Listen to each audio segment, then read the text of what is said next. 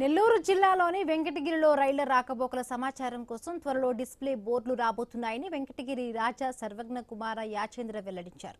దూర ప్రాంతాలకు వెళ్లే ప్రయాణికుల కష్టాలు చూసి తాను విషయాన్ని తిరుపతి ఎంపీ దృష్టికి తీసుకువెళ్లగా వెంటనే పరిష్కారానికి కృషి చేశారని అన్నారు. అలాగే నాయుడుపేట వైపు వెళ్లే మార్గంలో రైల్వే ఫ్లైఓవర్ నిర్మాణంపై కూడా ఎంపీ సానుకూలంగా స్పందించినట్టుగా పేర్కొన్నారు. వెంకటగిరి నియోజకవర్గ ప్రజా సమస్యల పరిష్కారం కోసం ఎవరు కృషి చేసినా తాను అభినందిస్తామని వెంకటగిరి రాజా తెలిపారు.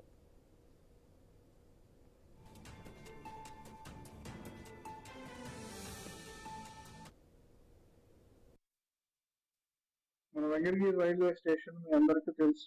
మన వెంకటగిరి ప్రజలకి అనేక విధాలుగా ఉపయోగపడుతూ వచ్చింది.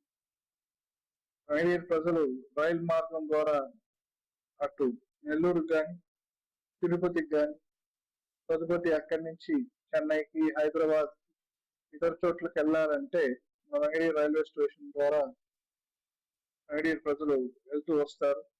కొంతమంది డైలీ అప్ అండ్ డౌన్ కూడా చేస్తారు. అనేక ప్రాంతాల్లో ఉద్యోగం చేసుకునేవారు ఉదయం వెళ్ళి సాయంత్రం రైలు మార్గం ద్వారా వచ్చేవాళ్ళు ఉన్నారు.